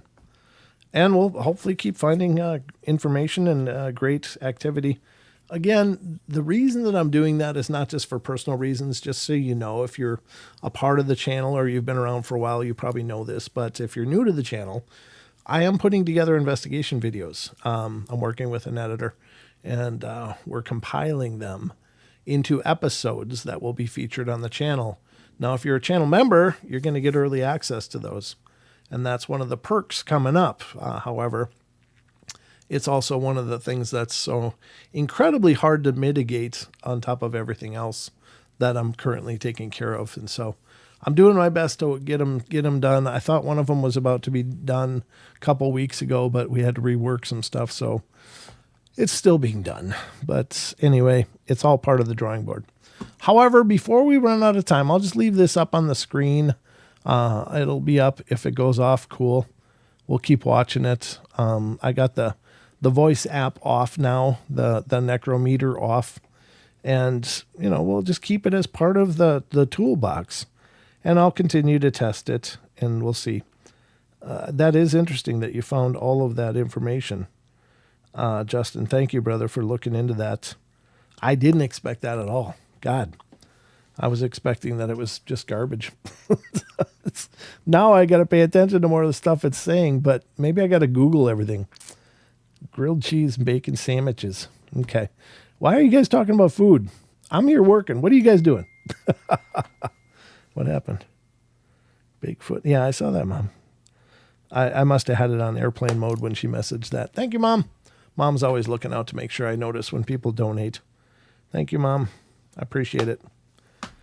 All right, here we go. We're going to get to the cryptid corner here and discuss some cryptids, because we love cryptids here too. And since we ended up talking about, we ended up in the question of the week, not deer came up, as well as, it was one of the images I used for the promo poster for tonight's show. There's like a not deer on there, but I found an article from Phantoms and Monsters having to do with not deer. If I can find it. Where the hell is it now? Where did it go? Wait. No, that's not it. I got to find it quick. I thought I opened it up, but I obviously didn't. But I have to do it now because it's a new article from Phantoms and Monsters, and it has to do with not deer. And I was like, God, there's some things are just so impressive to me that they're out there, and I don't know what to do with it. I mean, I literally don't know what to do with this stuff. There's just so much out there we don't know. Now, granted, we don't know that it's always out there, but it's at least out there sometimes. People are encountering things that are not making any kind of sense, like things that had never been reported before. I only heard about not deer, which is basically upright deer walking around on two legs. In the last maybe year and a half, as the first time I ever heard of it. Now, I don't know. It must be a much more rare phenomena, or it's an emerging phenomena, and it's just coming out. Let's open it up in my browser here so we can read about not deer, because I want to be able to cover this one. All right, here we go. And then there's one more that's really, really creepy that I wanted to read to you as well. And not deer troubles me, but the next one I want to read you absolutely terrifies me, because if I saw that in person, I think I would actually run out of the woods screaming. I think it would terrify me to such a profound level, and I'll explain why later. All right, here we go. From Phantoms and Monsters, ladies and gentlemen, our good friend Mr. Lon Strickler, who was a guest on our show not just a few days ago. He was on Wednesday's show with Don and I, and we had a great talk. And many of you guys really tuned in and enjoyed it, so thank you for that. We're going to go to this article from phantomsandmonsters.com. Again, check out phantomsandmonsters.com. Check out Phantoms and Monsters Radio, which is Lon's podcast and YouTube channel. Subscribe, support the guy. He's working hard, and he's been doing it for decades. Since the 70s, for God's sakes. I was like, what? That's almost as long as I've been alive. So anyway, let's get to it. This is the article from phantomsandmonsters.com. Terrifying not deer encountered by Wisconsin game warden. There you go. Not deer. What the hell? A game warden in Wisconsin, DNR, investigates sightings of possible deer with CWD. What is CWD? What he later discovers is something that is totally unexplainable and terrifying. Lon received the following account. While working for the Wisconsin Department of Natural Resources in 2017, I was assigned to investigate sightings of a particular deer in the South Kettle Moraine State Forest along the Ice Age National Scenic Trail. The description suggested that the deer suffered from chronic wasting disease. That's what CWD is, okay. There were 3 different reports, each stating the deer was malnourished, severely injured, and had a terrible odor. My first thought was that the deer had been wounded and that gangrene had probably set in. The part of the trail where the deer was reported was difficult to access with a vehicle, so I ended up hiking. Several sightings were near one of the public shelters. The most recent report was made about 24 hours previous. I reached the shelter just as a thunderstorm began to roll in. I looked around quickly for the deer, but the rain started to fall heavily, and I decided to wait it out in the shelter. The shelters in the area of the park are more like little cabins and used by backpackers, and I took off my backpack and sat down.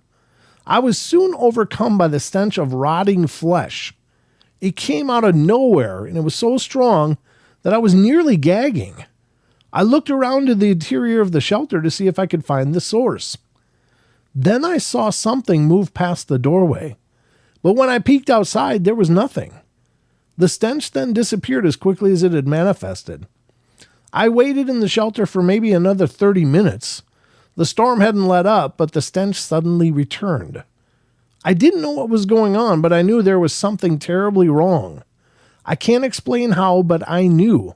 I just knew. I then heard something scrape against the side of the shelter. It was loud. I looked out through the window and I saw what looked like to be white antlers. Now that didn't make any sense at all. It was an early summer here in Wisconsin, and bucks don't start growing their antlers until much later in the season. Even if they were early, they would still be covered in felt. I figured this must be an injured deer, and it certainly smelled like it was on death's door. I tried to get a better look out the window, but the animal appeared to be moving towards the door of the shelter. Whatever it was, I was about to see it soon enough. I couldn't shake the feeling, though, that there was something off about this whole situation. I removed the gun, a 12-gauge shotgun with slugs I had packed in, to dispatch the deer, and I pointed it at the door and waited. The door was dark because of the storm, but I could still see well enough to know that the creature walked into view wasn't an old injured deer. It was about twice the size of a full-grown male, whitetail, and its body was absolutely skeletal. Its fur was long and stringy, like the kind of long hair you'd find on a dog, and parts of it were missing fur completely. But the worst part was that its head was a skull. No hair, no skin, just bone with the antlers attached, and I didn't see any eyes in the sockets. I could see it had a tongue in its jaw, and its teeth looked like those of a deer, but with the lower jaw didn't appear to be hanging on by much, and I don't know what this thing was. I was standing there in that dark rain-soaked doorway. It was standing there in the dark rain-soaked doorway before I fired at it. I hit that creature 3 times center mass, and it ran away. It was weird because it didn't fall down, and it didn't even falter a step. It just ran. I waited another hour for the storm to pass before hiking out of there. I'd never been so scared in all my life. If a shotgun couldn't stop it, there was nothing I could do if I ran into it again. I finally reached my truck. I had no idea what to report to my boss. I eventually decided to report that I never observed the deer. I thought that if I reported the truth, it would raise red flags about my competence. Not long after that incident, I found another position within the department as a conservation warden. Yikes. What the hell? Yeah, it's zombie deer, right? It does sound like that. It kind of sounds like some descriptions of the Wendigo. Some descriptions of the Wendigo are exactly like that, except it's, it's this wasted, emaciated deer-looking thing. But what if it was that? What if it was a Wendigo? Yikes. That's absolutely horrifying. Some descriptions of the Wendigo are more of a possessing spirit, but some of them are physical and very much like that. The smell of death, this emaciated animal, and this need to eat. And it'll eat pretty much anything. So that is horribly creepy. I don't know. Again, you have to kind of weigh it with whether or not you believe that was an actual tale or just some creative writing. But I know Lon does check his stories. I mean, he doesn't just get something and publish it. He does look into these things, and maybe he actually had a conversation. He doesn't have any notes at the end of it, but I don't believe it was just, hey, that happened? Oh, let's put it up there. I know he looks into things, so that's creepy. That's horrible. Okay, the next one I'm going to read you. This is the one that I would absolutely and aggressively poop myself if I saw this. I'm just going to put it out there. This is it. From Phantoms and Monsters. Arkansas hunter encounters giant monster centipede. Oh. I don't know what it is. Okay, so here's the thing. A lot of things, you think of Bigfoot, you think of Dogman, you think of most cryptids, and you think of something that, I don't know, it has an intelligence. It's not like they are just killing machines, generally speaking. Maybe they can be. Maybe some of them turn into that. But generally speaking, they avoid people. They might encounter people, but they don't actively go after people. If they do see people, sometimes they run. Sometimes they look and just go, ugh, people. And they just wander on their way and disappear into the woods. But generally speaking, they're out there, but for most intents and purposes, they don't go out of their way to find people or to aggressively harm them or consume them. A big insect, though, this is, you think of insects. They don't really think about much of anything except it's time to eat and I got to find food. And basically anything is food to a lot of insects. So what are you going to do if you run into a giant centipede? Hey, no, good boy. I mean, you can't talk to it. You can't like throw a stick and hope it goes and gets it. This is not something that's going to operate on that level. It's something that's going to go, I'm bigger than you, I'm hungry, and I'm going to eat. And you're it. So, I don't know.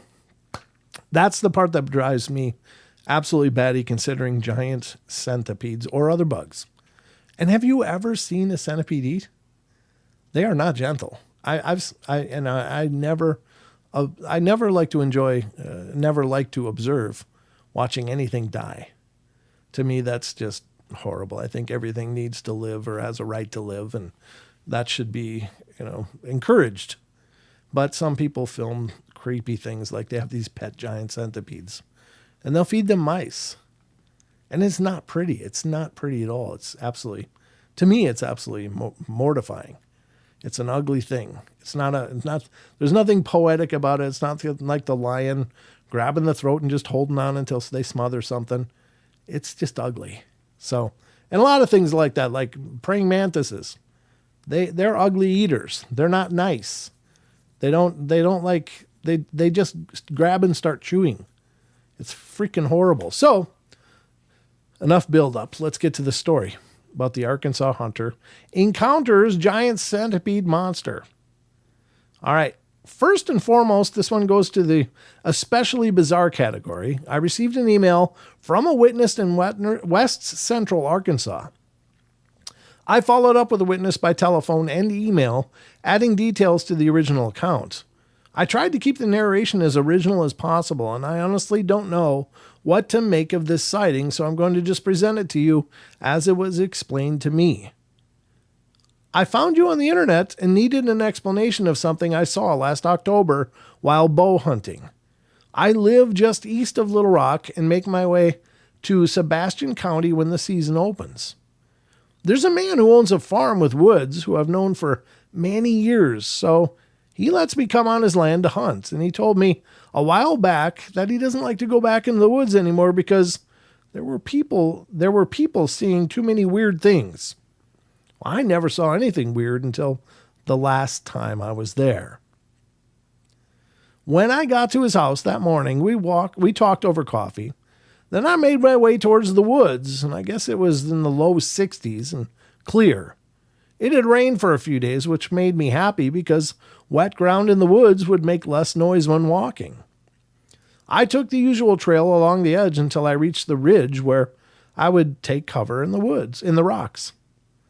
Well, as I got near the rocks, I saw something moving on the ground. I stopped walking and stood still for about 40 feet away. It was an injured deer moving around, but it just didn't look right. The legs weren't kicking and the head was still. The body was sliding away from me, and I stepped into the woods and walked nearer at an angle so I could see what was going on. As I moved closer, I quickly froze. At first, I thought it was a huge snake dragging the deer, but as my eyes adjusted to the low light, I don't think my brain wanted to believe what my eyes were seeing. I needed a better look, so I slowly moved closer and then crouched down behind a pair of rocks. I'll swear on the good book, it looked like a giant centipede. It was dark colored and thick, maybe compared to a stovepipe. It was sidewinding back and forth as it pulled the deer along, so it was hard to tell how long it was. I guessed that it measured 10 feet or more. There must have been 100 legs on this thing, which is good because it's a centipede and they're supposed to be. The body had segments all along its length, and it was pulling the deer by the hindquarters and tail. I know I sound crazy, but I watched it for a good while. I followed it down the ridge into the hollow. It didn't stop moving until it reached a pile of rocks as it tried to pull the carcass over it. It let go of the deer and raised up, and I'll never forget the eyes as they looked my way. It laid down on the deer and watched me. Well, that was enough because I didn't want to mess with it. If I had a gun, I maybe had taken a shot at it, but I wasn't sure what an arrow would do. I didn't have my cell phone with me, and I slowly backed away and then turned and quickly walked back towards the farmhouse. I didn't mention anything to the farmer other than I wasn't feeling well and needed to go home. I haven't been back since, but I do want to go back soon and see if there was a trace of it. I haven't told a single person what I saw, but I will because I want some backup when I go back up into those woods. You asked me for a sketch or a photo, so I attached the best picture I could find. The head and the eyes are similar, real weird. The body was rounder and thicker in comparison. I give you my permission to use my story, but don't give out my name and phone number. As I told you before, if I find anything else, I'll let you know right away. Thanks for getting back to me. And Lon says, as I mentioned before, I don't know what to make of this story. If I had not talked to the witness, I probably would have stuck this one in a file. But he convinced me that he observed something out of the ordinary. Below is the image forwarded by the witness. The witness is very sincere, and I believe that he actually observed something as bizarre as he described. And that's the image that he sent to articulate what he saw. Oh my God. That's horrible. That's horrible. I don't know. Yeah. That is not what you like to see when you're out hunting in the woods.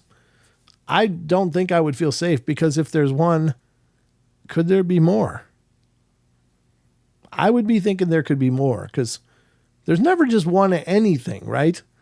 I mean, for it to be there, there has to be others that brought it there, that gave birth to it, unless this is some kind of immortal centipede. But that is absolutely horrifying. So I don't know what you believe. I don't know what to believe about things like this, but I'm here to tell you if I saw that, that would change my whole view of the world. I would would just be in the fetal position for a while trying to process that. Yeah, that's no Bigfoot. Anyway, I wanted to share that one with you because I think it's horribly creepy. What do you guys think when you hear stories like that? When you hear stories of things like that? So last chance, any spirits that might be here, if you go near that device on the table, it'll let us know. If you could make it shine red or green, that would be great. Just to say goodnight to everybody. You want to say goodnight to everybody? Just go a little bit near it until it triggers. Nope, apparently it doesn't want to say goodnight. Not that there's anything here for sure, but anyway, just throwing it out there. I hope you guys enjoyed this journey tonight. I don't know. Yeah, that is creepy, isn't it, Renee? Ugh. Creepy, crazy stuff. But it's the nature of the business, I guess. We don't always know what's out there. And again, even though I've been doing this for years, I don't know how you prepare for things like that. I don't know if you can prepare for things like that because that is so far outside of what we understand about the world around us. That's like being on a different planet. I mean, that's not like Earth anymore at all, as far as I can tell. That would be like suddenly finding yourself on a far distant galaxy, dealing with fauna you've never observed before. I mean, that's why, when they think of time traveling, oh, I'd like to go back and see the dinosaurs. Like, really? Are you sure about that? Because they've never seen us before, and we might look like a chicken McNugget walking around. Everything might be trying to eat you. It probably would be, because I'm sure we smell like meat, And once they see how fast we go, be like, wow, this is the fast food section. Not fast in our case, but in their case, killing us. We would fold up like cheap chairs. But it would be kind of cool to watch a T-Rex walk by for real. That'd be pretty intense. But I wouldn't want to really see it, but it would still be fascinating. Even the big brachiosaurs and stuff like that. It's like, oh my God. But anyway, apparently there might still be out there in some manner or measure. Even in Texas, there's been reports of some T-Rex looking things wandering around. Sometimes they're not as big as they once were, apparently, but people still have sightings. Apparently there's big centipedes out there. There's big spiders, huge spiders that are apparently sighted that are about the size of a dog, which is horrifying as well. Because again, they don't intellectualize anything. They're just your food. If you move, you're food. So even if you don't move, you're food. But anyway, who knows what's out there? I don't pretend to know for sure. But I do know that I'm glad you guys joined me tonight. Thank you so much for being a part of the journey. I really appreciate it. It's always a fantastic pleasure to be doing these shows, and it's a bigger pleasure to know that so many of you come in and join me every time. That's just a great honor. So thank you for that. If you're not already subscribed, please get subscribed on the YouTube channel. I'd love to have you a part of the family. And if you want to help support what we're doing, click the member button and join. That goes a long way into everything that I'm trying to bring. But, you know, I apologize that my production workflow is really a mess, but I'm doing the best I can. Great show. Thank you, Maggie. That's very sweet. I appreciate it, guys. Thank you, Rachel. And thank you to our wonderful mods. You guys are awesome, Elaine and Rachel. I didn't see if anyone else. MCAT was here, but he's not currently here, I don't think. But thank you to the channel members. I appreciate all you do to help support what we're doing. Always love the show, Brent. Thank you, Justin. Thanks for Googling that too, by the way. That was really creepy. But love you all. Be good, be kind, be nice. Take care of each other. Help each other out. Find the magic in every day and remember to laugh as much as you can. I'll see you next Wednesday, so don't miss it. Hope you guys will join me then. Don will be here, and we'll tear it up for another couple hours. So watch for the new podcast on Sunday. I released 2 podcasts this last week, so if you didn't catch the newest one, it's a French Connection, different spelling on connection because we met Virgil Candial, who is from France, and he is an investigator over there, and we sat down and talked with him. So it's a great talk. Virgil's a great guy. So censorship and regulation is becoming an ever-growing problem in today's modern media. From the mainstream to YouTube and Google, the information you're looking for is buried. And that, okay. Close all those. We don't need those. But anyway, that's it for me. I hope you guys have a great rest of your weekend. Enjoy yourselves. Brace for the colder weather as it's coming, and get in that Halloween spirit. All right, guys. Love y'all, and I'll see you next Wednesday. Hope you'll join me then. Until then, just know I love you. It's all that matters. Love is the power of the world. I don't know. That's the only poetic thing I could come up with. All right, good night, everybody. Thanks again. Have a great night.